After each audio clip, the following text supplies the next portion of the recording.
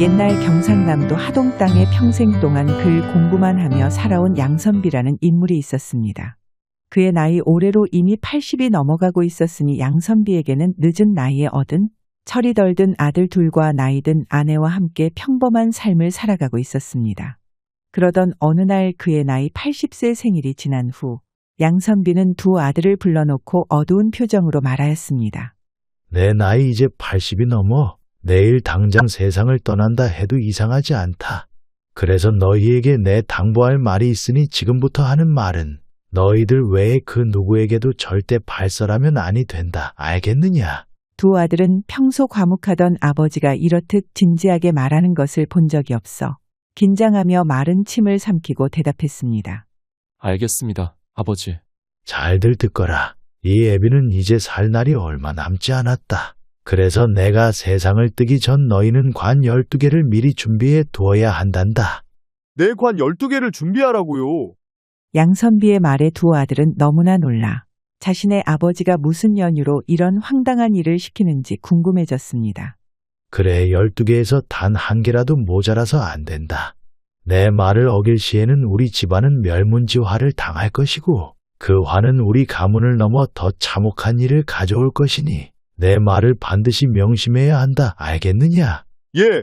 예. 두 아들은 아버지의 거듭되는 당부에 어안이 벙벙했지만 자신의 아버지가 결코 허언을 하는 사람이 아님을 알고 있는지라 진지하게 대답했습니다. 너희들이 관 12개를 준비하고 이 아비가 세상을 뜨거들랑 나를 담은 관을 땅속 가장 밑에 묻어두고 그 위로 11개의 관을 차례대로 묻어라. 그리고 아무것도 담기지 않은 관에는 밭을구에다가 잘 씻어서 한 움큼씩만 넣어두거라. 그런 식으로 관에 밭을 담고 그 위에 흙을 한 뼘쯤 덮어 관들을 묻어야 한다.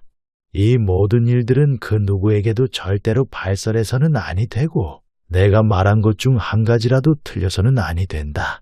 또 내가 세상을 떠난 것 또한 모든 장례를 마친 뒤에야 사람들에게 알리거라. 알겠느냐? 양선비의 말에 이번에는 두 아들은 어떤 대답도 하지 못하고 넋이 나간 표정으로 자신의 아버지를 쳐다보기만 하였습니다. 너희가 얼마나 놀랐을지, 그리고 이 일을 하려면 얼마나 힘들지 이 애비도 잘 알고 있다. 하지만 아까도 이야기했듯이 이 일은 우리 가문의 존망이 걸린 일이라 너희에게 무거운 짐을 지울 수밖에 없구나. 너희는 내 말대로 해줄 수 있겠느냐? 양선비가 이토록 간곡한 어조로 아들들에게 말하자 그제서야 큰아들이 고개를 끄덕이며 대답하였습니다. 그러면 관을 묻을 묘자리는 어디로 해야 하는지요? 그곳은 이미 내가 보아둔 곳이 있다. 그곳이 아니라면 그 어떤 곳에서도 12개 관을 모두 묻을 수 없으니 내가 알려주는 곳에다 반드시 묘를 써야 한다. 내일 날이 밝는 대로 나와 함께 가보자꾸나. 내가 그곳이 어디인지 알려줄 테니. 네, 알겠습니다. 그날 저녁 잠자리에 누운 두 아들은 아버지가 한 말을 떠올리며 쉽사리 잠에 들지 못하고 있었습니다. 형님 아무리 생각해도 아버지가 왜 그런 일을 시키는지 이해가 안 갑니다. 우리가 어찌 아버지의 깊은 뜻을 다 알 수 있겠느냐? 나는 아버지가 어떤 분인지 아직 다 모르겠지만 아버지가 그런 일을 시키는 데는 다 깊은 뜻이 있는 것이니 반드시 아버지의 말을 따라야 한다는 것은 알고 있다. 그리고 내가 생각하는 것보다 아버지는 더 대단한 분이라는 것만은 명심하거라. 네. 첫째 아들의 말처럼 양선비는 시골 마을에 글 공부만 하는 그저 그런 선비가 아니었습니다. 그는 젊었을 적 몇 번 과거 시험에 응시했다 낙방한 이후로 무슨 생각이 들어서인지 더 이상 과거 시험은 보지 않고 이곳 시골 마을에 틀어박혀 주역이나 점술과 산악에 관한 책들을 구해와 미친 듯이 공부하기 시작했습니다. 양선비의 두 아들들은 그의 나이 60이 넘어 어렵게 갖게 되었는데 주변 사람들은 그 늦은 나이에 아들을 하나도 아니고 둘이나 얻게 된 것을 무척이나 신기해하였으나 정작 양선비만은 대수롭지 않게 여겼습니다. 첫째 아들은 어렸을 적 사람들이 시골에 사는 나이든 선비였던 자신의 아버지를 무척이나 존경하며 경외하는 대상으로 대하였고 가끔은 그런 그에게 찾아와 어려운 부탁을 하는 일들이 있었지만 그때마다 자신의 아버지가 그런 일에 나섰던 경우는 매우 드물었다는 것을 기억하고 있었습니다. 첫째 아들은 나이가 차고 글 공부를 하게 되자 사람들이 아버지에게 찾아와 했던 부탁들이 보통의 선비들은 결코 할 수 없는 일이라는 것만은 어렴풋이 깨닫게 되었습니다. 그런 아버지의 간곡한 당부 같은 유언이었기에 첫째 아들은 그 일을 무슨 일이 있어도 해내기로 마음먹었습니다. 다음 날 날이 밝는 대로 양선비는 노쇠한 몸을 이끌고 두 아들과 함께 산에 올라 자신이 아들들에게 묘자리가 될 곳을 알려주었습니다. 두 아들들은 비록 풍수라는 것은 탈끝만큼도 모르고 있었지만 아버지가 정한 묘자리가 자신들이 보기에도 쉽게 찾아볼 수 없는 좋은 명당자리라는 것은 한눈에 봐도 알 수 있었습니다. 12개나 되는 관을 묻으려면 보통 고된 일이 아닐 게다. 웬만한 땅에는 그 반도 묻기 힘들지만 이곳이라면 12개의 관을 모두 묻을 수 있을 테니 꼭 이곳으로 하거라. 예, 알겠습니다. 말을 마친 양선비가 그 땅을 둘러보는데 그의 눈빛에서는 말로 형용할 수 없는 회한이 담겨 일렁이고 있었습니다. 아버지 좀 있으면 해가 질 테니 그만 내려가시죠. 그래, 그러자꾸나. 두 아들이 양선비를 부축해 산을 내려오자 그는 그날 저녁부터 자리에 누운 채 하루 종일 잠에 빠져 날이 갈수록 몸이 계속해서 쇠약해져만 갔습니다. 그 사이 두 아들은 남들의 눈을 피해 산에 올라 나무를 해다 관을 짜기 시작하였고 처음 해보는 일에 그 고생이 말로 다하기 힘들 정도였지만 아들들은 아버지와의 약속을 지키기 위해 최선을 다하였습니다. 양선비가 자리에 누운 지 어느덧 한 달이라는 시간이 지나자 그는 당장이라도 세상을 떠날 사람처럼 몸이 쇠약해져 두 아들을 불러놓고 힘겹게 물었습니다. 관을 만드는 일은 어느 정도나 진척이 되었느냐? 이제 10개의 관을 만들었으니 2개만 더 만들면 됩니다. 양선비는 두 아들들이 손에 붕대를 감고 수척해진 얼굴을 보며 마음이 아팠지만 다시 한번 아들들에게 당부하였습니다. 너희에게 너무 힘든 짐을 짊어지게 하고 떠나는 내 마음이 무겁구나. 하지만 고되더라도 꼭 나머지 관도 완성해다오. 네, 아버지 염려 놓으시지요. 저희들이 꼭 나머지 2개의 관도 만들어 놓겠습니다. 그래. 그 말을 끝으로 양선비는 잠이 들었고 다음 날 새벽녘이 돼서 그는 세상을 떠나고야 말았습니다. 두 아들은 슬픔에 잠겼지만 아직 만들지 못한 2개의 관을 완성하기 위해 장례는 뒤로 미루고 다시 산에 올라 나무를 구하러 헤매고 다녔습니다. 그렇게 며칠이 지나 두 사람은 나무를 구해다 하나의 관을 더 만들 수 있었지만 더 이상 아무리 산을 헤매고 다녀도 관을 만들 만한 나무를 구하기가 쉽지 않았습니다. 형님 이제 쓸만한 나무를 찾기가 어려울 듯 싶습니다. 그러게나 말이다. 큰일이구나. 더 시간을 지체하다가는 아버님을 제대로 모시기도 힘들 듯 싶고 저 많은 관을 묻으려면 땅을 파는 일 또한 만만치 않을 텐데 어찌 해야 할지 판단이 서지 않는구나. 형님 일단 땅을 파서 11개의 관을 먼저 묻고 나머지 1개는 나중에라도 만들어 다시 묻으면 안 될까요? 동생의 말에 첫째 아들은 고민에 빠졌지만 더 이상 다른 방법을 찾기 힘들어 동생의 말대로 일단 11개 관을 먼저 묻기로 했습니다. 두 아들들에게 그 많은 관을 묻는 과정은 이전보다도 더 힘들었지만 온갖 고생을 무릅쓰고 관을 하나씩 묻으며 비어있는 관에는 아버지의 유언대로 파틀 구애와 정성껏 씻은 뒤 한 움큼씩 넣어두었습니다. 그렇게 두 사람이 죽을 고생을 한 뒤에야 며칠이나 지나 겨우 11개의 관을 모두 묻을 수 있었지만 마지막 1개의 관을 만들지 못했다는 생각에 마음은 한없이 무거웠습니다. 아버지의 유언을 모두 지키지 못한 것이 한스럽구나. 형님 어쩔 수 없는 일이지 않습니까? 일전에 얘기했듯이 나머지 1개의 관은 앞으로 만들어 묻으면 별일이야 있겠습니까? 아버님도 우리가 이만큼 고생한 걸 보시면 이해해 주실 겁니다. 둘째 아들이 애써 자신들을 위로하듯 말했지만 첫째 아들은 아버지의 당부가 떠올라 죄스러운 마음이 계속해서 올라왔습니다. 이후 시간이 흘러 두 아들은 좋은 집안의 처자들을 신부로 맞아 혼인하였고 부유한 처갓집의 도움으로 하는 일마다 순조롭게 풀려 날이 갈수록 집안은 번성해져 갔습니다. 두 아들은 아버지의 유언을 나중에라도 마저 지키겠다 마음먹었던 생각은 시간이 흐르며 모든 일이 좋은 쪽으로만 흘러가자 어느새 흐지부지 돼버려 마지막 1개의 관은 만들 생각조차 사라져버렸습니다. 그렇게 두 아들들이 풍족한 생활에 만족하며 살아갈 때 나라의 일반 백성들은 배고픔과 도탄에 빠져 하루하루 괴로운 생활을 이어나가고 있었습니다. 백성들의 민생을 살펴야 할 조정은 간신배들과 외척 세력들이 권력을 틀어쥐고 임금까지 쥐락펴락하니 나라에는 어두운 먹구름만이 가득했습니다. 그 시기 임금과 왕실은 요사스러운 무당과 도사들에게 현혹되어 그들의 말과 뜻에 따라 국정이 운영되니 뜻있고 현명한 선비들은 이를 안타깝게 여기며 상소를 올렸지만 돌아오는 것은 오직 엄한 추궁뿐이었습니다. 마마 어젯밤 점괘에 나라에 큰 병고가 닥칠 거라는 불길한 괴가 나타났습니다. 대궐 안그 중에서도 가장 깊은 곳에 위치한 한정각에서 중년의 무당 하나가 임금과 중전을 독대하며 대화하고 있었습니다.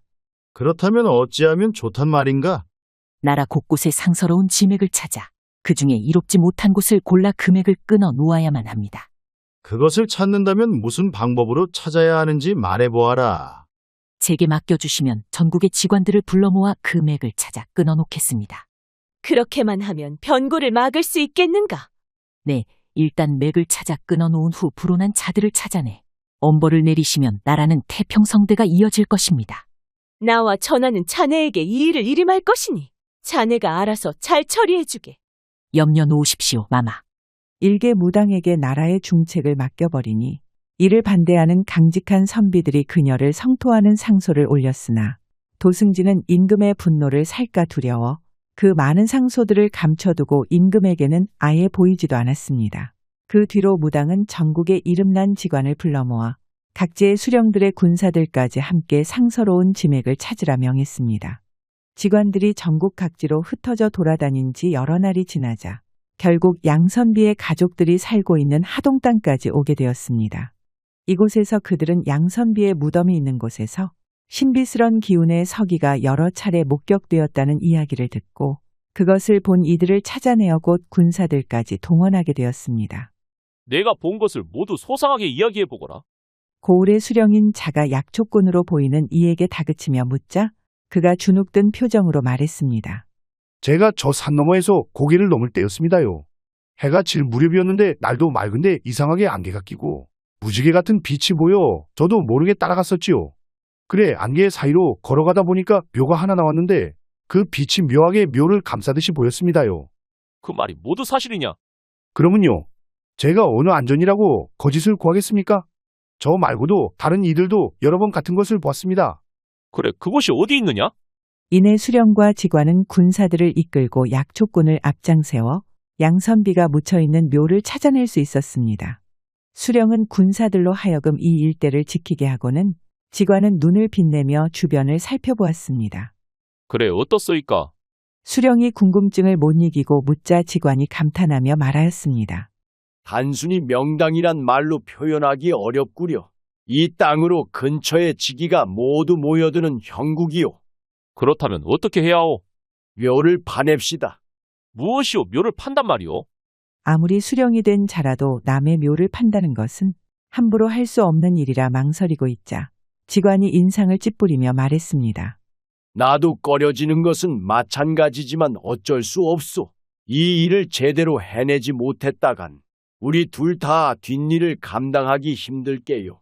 이런 직관의 말에 결국 수령도 고민하다 잠시 후 군사들을 불러 모아 묘를 파라고 지시하였습니다.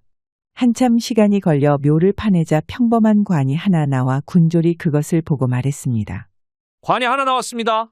어찌할까요? 뚜껑을 열어보아라.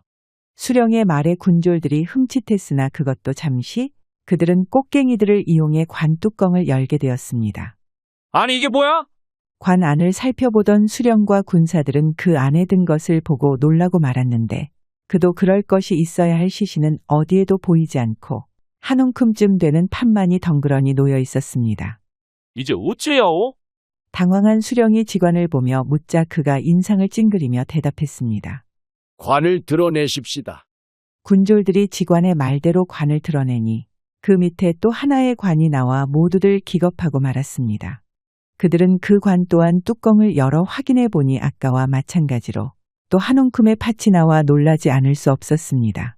기가 찰 노릇이군. 있어야 할 시신은 보이지 않고 관 안에 팥을 넣어놓다니 도대체 무슨 연유로 이런 기괴한 일을 벌였단 말인가? 탄식을 한 수령이 군졸들을 시켜 계속 땅을 파괴하자고 하는 끝없이 나왔고 지치는 군졸들을 독려하며 계속해서 일을 진행시켰습니다. 어느덧 시간이 지나 해가 질 때쯤 되자 군졸들은 모두 지쳐 쓰러져 버렸고 수령과 직관도 끝없이 나오는 관에 질려버려 모두 손을 놓고 쉬고 있었습니다. 그때 그들이 파놓은 구덩이 주변으로 안개가 몰려들더니 그곳에서 어린아이의 울음소리 같은 소리가 들려왔습니다. 이게 무슨 소리냐? 어린아이 울음소리 같은데요. 저 아래에서 들려옵니다. 그들은 구덩이 밑을 보자 아직 하나의 관이 남아있는 것을 발견하였고 그 안에서 어린아이의 울음소리가 들리자 모골이 송연해졌지만 곧 수령이 나서며 명령했습니다. 겁먹지 말고 내려가 뚜껑을 열어보아라. 두려움이 앞섰지만 상관의 명령인지라 군졸들은 어쩔 수 없이 구덩이 밑으로 내려가 관뚜껑을 열어보았습니다. 이게 뭐야? 군졸이 기겁하며 보니 관에 있던 것은 다름 아닌 갓난 아이 정도로 보이는 어린 아이였는데 그 행색이 몹시 기이했습니다. 아이의 크기는 갓난 아이처럼 작았으나 두 눈의 의지가 뚜렷해 보이는 것이 여느 아이와는 많이 달랐으니 그 눈에 분노한 기색을 담은 채 군졸들을 노려보고 눈물을 흘리며 통곡하였습니다. 하나의 관을 더 채웠더라면 하늘의 안배가 모두 이루어졌을 것인데 원통하구나 원통해. 이 썩어빠진 세상을 뒤엎고 새로운 세상을 만들 기회가 이렇듯 허무하게 사라지다니. 분하고 분하도다.